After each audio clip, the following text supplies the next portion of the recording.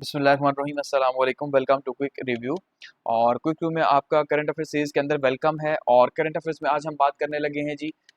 जज मंसूर शाह ने ख़त में इल्ज़ामात जो लगाए हैं, यानी मंसूर शाह साहब जो हैं उन्होंने चीफ जस्टिस जो है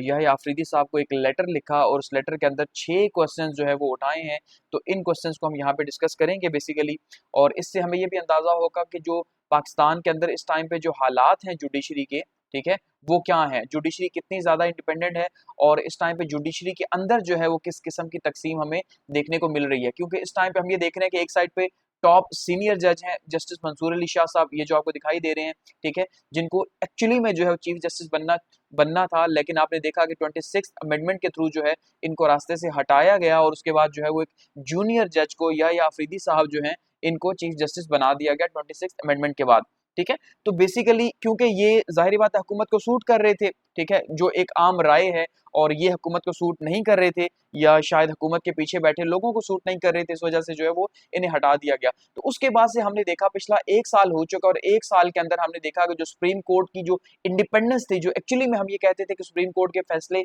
इस मुल्क के अंदर जो है वो बहुत ही इंपॉर्टेंट जो है वो रोल प्ले करते हैं, या खास करके सुप्रीम कोर्ट आज़ाद इदारा है या स्टेट के जो 3 पिलर्स हैं, ठीक है जी, एग्जीक्यूटिव है, लेजिस्लेटिव है और जुडिशरी है, ये तीनों आज़ाद हैं। लेकिन अब हम ये देख रहे हैं कि इनमें से कोई भी आज़ाद नहीं, बल्कि एग्जीक्यूटिव जो है, जो सरबराह है, ठीक है, वही जो है, और वो भी इवन वो सरबराह जो शायद हमें सामने दिखाई नहीं दे रहे, वही सब कुछ जो है वो हैंडल कर रहे हैं 26वीं आईनी तरमीम के बाद। तो यहाँ पे जो है वो कुछ क्वेश्चंस उठाए गए हैं। तो मंसूर अली शाह साहब जो है उन्होंने एक लेटर लिखा है सितंबर 4 को, ठीक है, चीफ जस्टिस यहया आफरीदी साहब को, जो इस टाइम पे मौजूदा चीफ जस्टिस हैं। लेकिन मंसूर अली शाह साहब जो है वो सीनियरिटी में टॉप पे हैं इस टाइम पे सुप्रीम कोर्ट के अंदर।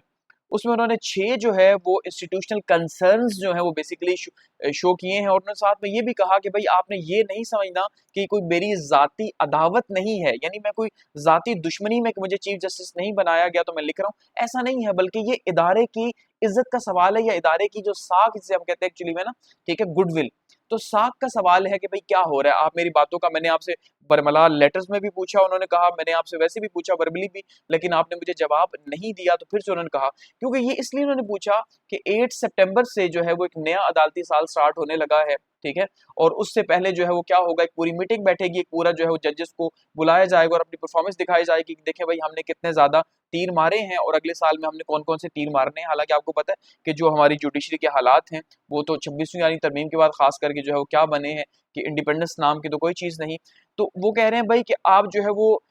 इनका जवाब दें ये जो नया साल है उससे पहले, और बताएं कि भाई क्या मामला जो है वो चलने लगे हैं। तो इनको हम देखते हैं क्या क्या क्वेश्चन उन्होंने पूछे हैं। सबसे पहला क्वेश्चन उन्होंने जो उठाया वो उठाया जी प्रैक्टिस एंड प्रोसीजर एक्ट के ऊपर, ठीक है, और प्रैक्टिस एंड प्रोसीजर एक्ट की जो कमेटी बनी है कि भाई जो फैसले होंगे वो प्रैक्टिस एंड प्रोसीजर एक्ट की कमेटी के अंदर हुआ करेंगे। वो कहते हैं कि भाई वो जो कमेटी आपने बनाई है उस कमेटी को बेसिकली आप मैंडेट क्यों नहीं दे रहे, ठीक है, वो बेंच की फॉर्मेशन या केसेस को एलोकेट क्यों नहीं कर रही, यानी कमेटी तो बनी हुई है लेकिन वो कमेटी काम क्यों नहीं कर रही, वो क्यों आप सारे फैसले खुद से किए जा रहे हैं, ठीक है, पहला क्वेश्चन ये उठाया। दूसरा उठाया जी revision of supreme court rule 1980 जो आपने चेंज कर दिया 6 अगस्त को जो है, यानी लास्ट मंथ के अंदर 6 अगस्त 2025 को सुप्रीम कोर्ट के जो 1980s के जो रूल्स थे उनको तब्दील कर दिया गया है, ठीक है। तो उनका कि भाई आपने वो चेंज किया तो चेंज इस तरह से नहीं होना चाहिए था जैसे आपने किया, यानी आपने क्या किया, आपने एक सर्कुलेशन के थ्रू, सर्कुलेशन मतलब एक ऑर्डर लिखा और उसको ऑफिस के अंदर भेज दिया कि भाई आज से ये रूल्स होंगे, ठीक है, हालांकि ऐसा नहीं होता, जबकि होना ये चाहिए था कि वो ओपन डेलिब्रेशन के अंदर फुल कोर्ट मीटिंग के अंदर डिस्कस होने चाहिए थे, उसके बाद जो है वो होने चाहिए थे, बजाय इसके कि वन मैन शो होता। यानी वो ये इल्जाम लगा रहे हैं कि भाई जब से आप आए हैं तो वन मैन शो देखा जा रहा है और एक आर्मी रेजिमेंट टाइप हम सिलसिला देख रहे हैं कि बस आप ऑर्डर दे रहे हैं और फॉलो कर रहे हैं, कोई आजादी नहीं है। थर्ड क्वेश्चन उठाया जी पॉलिसी ऑन डिसेंटिंग ओपिनियंस, ठीक है, कि जो डिसेंटिंग ओपिनियंस हैं, जो जजेस अपनी राय रखते हैं इंडिविजुअली किसी फैसले से हट के जब वो फैसला दे रहे होते हैं, तो उसके ऊपर जो है वो आप इंडिविजुअल ओपिनियन आपने सीक्रेटली लिया हर जज का, ऐसा क्यों है, ठीक है, हालांकि फुल कोर्ट के अंदर ये जो है डिस्कशन होनी चाहिए। फिर उन्होंने नंबर 4 पे क्वेश्चन उठाया जनरल स्टैंडिंग ऑर्डर जो आपने जारी किया छुट्टियों के हवाले से, खास करके इस पे काफी ज्यादा कंसर्न है जुलाई 29 को, ठीक है, कि भाई एक तो जजेस को कहा गया कि आप जहां पे भी, एक तो आप या तो सर्दियों की छुट्टियों में यानी कि विंटर वेकेशन में या समर वेकेशन में आप बाहर के दौरे कर सकते हैं, इसके अलावा आप नहीं जाएंगे, नहीं आपको अगर बुलाया जाता है कहीं तो आप नहीं जाएंगे, ऊपर से आप अपनी लोकेशन शेयर करेंगे, तो ये तो इस तरह तो होता नहीं है लोकेशन शेयर, अब जजेस कहाँ करते हैं, यानी कि उनकी तो अथॉरिटी है, लेकिन वो कहा जा रहा है जैसे आपने जो है वो छुट्टियों का ऑर्डर दिया, ठीक है, तो ये जो आप कंट्रोल चाह रहे हैं जुडिशरी के ऊपर, तो ये तो आप बिल्कुल कैद कर रहे हैं और ये 1997 के जो प्रेसिडेंशियल ऑर्डर हैं उसके भी खिलाफ है, ठीक है। नंबर 5 पे वो कह रहे हैं भाई 26 अमेंडमेंट की जो पिटिशंस थी आप उसे क्यों नहीं लगने दे रहे अभी। ओरिजिनल जो फुल कोर्ट है, देखिए अभी तो जजेस की तादाद 35 हो गई है, वो नहीं बल्कि जो ओरिजिनल जो कोर्ट था, ठीक है, इससे पहले जो 26वीं आईनी तरमीम से पहले था, वो जजेस जो है उसको सुनेंगे फुल कोर्ट के अंदर, वो आप क्यों नहीं लगने दे रहे। ये भी बहुत इंपॉर्टेंट क्वेश्चन है। और छठा क्वेश्चन ये उठाया कि भाई जो चीफ जस्टिस साहब जो हैं वो जो प्रमोट कर रहे हैं जुडिशियल इंडिपेंडेंस, ठीक है, उसमें हमें ऐसा क्यों महसूस हो रहा है कि वो एक कोर्ट नहीं है बल्कि वो हमें ये नजर आ रहा है जैसे एक रेजिमेंटेड फोर्स है, जैसे कि कोई एक पूरे का पूरा एक कंट्रोल्ड इदारा होता है, या जैसे फौज का इदारा है ना। यानी बेसिकली आप देखिए पाकिस्तान फौज के अंदर क्या है, जो आर्मी चीफ साहब है सारा कंट्रोल उनके पास होता है, वो ऑर्डर देते हैं और ऊपर से नीचे तक फॉलो होता है बगैर किसी क्वेश्चन के, कोई डिबेट कोई डिस्कशन नहीं होती। तो फोर्सेस के अंदर ऐसा होता है, जबकि जुडिशरी के अंदर तो ऐसा नहीं होता, हर जज आजाद है, अपनी राय रखता है। लेकिन वो कह रहे हैं कि आप तो, हमें ऐसा लग रहा है कि कुछ ऐसा ही कर रहे हैं कि भाई बिल्कुल एक फोर्स बना दिया आपने जुडिशरी को।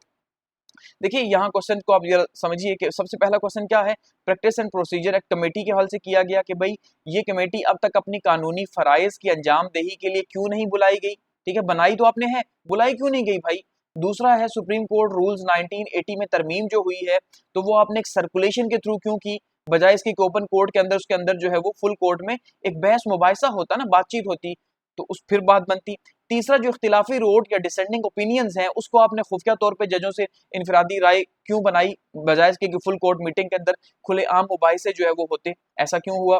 क्योंकि इससे राय पता चल जाएगी भाई कौन सा जज क्या कह रहा है और आपकी इज्जत शायद कम हो जाए, जाहिर बात है ऐसा ही होगा ना। नेक्स्ट नंबर 4 पे छुट्टियों के बारे में जो जनरल स्टैंडिंग ऑर्डर आपने दिया, ठीक है, जिससे पाबंदियां जो है वो काफी ज्यादा लगाई गई हैं छुट्टियों के हवाले से, तो ये जो है ये 1997 की जो आजादी है सदारती ऑर्डिनेंस के मुतसादिम है। इसका आप जवाब दें, ऐसा आपने क्यों किया, किस लॉ के तहत किया। नंबर 5 पे क्या है जी, 26वीं आईनी तरमीम की जो दरख्वास्तें हैं वो असल फुल कोर्ट के सामने आपने अभी तक मुकर्रर क्यों नहीं की। और सबसे बड़ा क्वेश्चन यही है, क्योंकि जब ये मुकर्रर होंगी तो चीफ जस्टिस साहब खुद कहाँ जाएंगे, बहुत मुश्किल है उनके लिए, ठीक है। तो जाहिर बात है यही एक राय रखी जा रही है। नंबर 6 पे अदलिया की आजादी या जबरदस्ती इताअत, आप क्या समझते हैं कि अदलिया को तो आजाद होना चाहिए भाई, स्टेट जो है, ठीक है, स्टेट की 3 पिलर्स है ना, तो जहां पे एग्जीक्यूटिव आजाद है, जहां पे जो है लेजिस्लेटिव आजाद है, वहां पे जुडिशरी को भी आजाद होना चाहिए। लेकिन अब क्या आजादी है, आपको महसूस हो रहा है, या आप जबरदस्ती की जो है चीफ जस्टिस साहब वन मैन शो कर रहे हैं और उसके बदले में जो है आजादी को फरोग नहीं दे रहे बल्कि इताअत को मुसल्लत कर रहे हैं, जबरदस्ती के हुक्म जो है वो दिए जा रहे हैं जजेस को और एक फौजी अदालत में चीजों को जो है बदल दिया गया। तो इसका भी जवाब दें कि क्या ऐसा होना चाहिए, ठीक है, रेगुलर बेंचेस हों या जो है कॉन्स्टिट्यूशनल बेंचेस हों। अब तकसीम हो गई अदालत ना 26वीं तरमीम के बाद, तो अब चीजें बहुत मुख्तलिफ हो गई हैं। तो ये जो सारी बातें हैं, ये जो लेटर के अंदर लिखा गया, इससे हमें क्या अंदाजा हो रहा है कि सुप्रीम कोर्ट के अंदर एक तकसीम हम देख रहे हैं। खैर तकसीम तो हमेशा से रही है,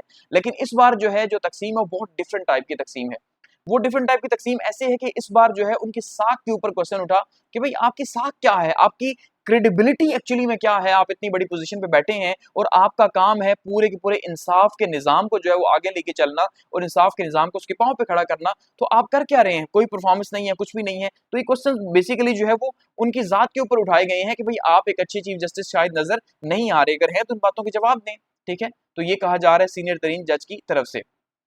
और ये बेसिकली जो सुप्रीम कोर्ट के रूल्स 1980 हैं जिनको तब्दील किया गया कि भाई बेसिकली पहले डिफाइन कर रहे थे कि सुप्रीम कोर्ट जो है वो अपने लॉज खुद बनाएगा, इटसेल्फ बनाएगा, ठीक है, उसकी पावर्स जो है वो खुद की होंगी और आर्टिकल 191 इसको इंश्योर कर रहा है, ठीक है। लेकिन उसके अलावा जो है पूरा प्रोसीजर जो है वो तरीकाकार बताया गया कि कैसे जो है वो आप कोर्ट के फ्रेमवर्क को कैसे आगे लेके चलेंगे, ऑफिसर्स को कैसे मैसेज भेजेंगे या ऑफिसर्स को। तो अब वो चीजें चेंज हो रही हैं, जैसे या फरीद साहब ने अपने लोग जो है वो लाए हैं या अपने ब्यूरोक्रेट्स जो उनको सूट करते थे, शायद वो जो है वो केपीके से उन्होंने अपने नीचे हायर किए और परमिट से ज्यादा जो है वो उन्होंने जो है वो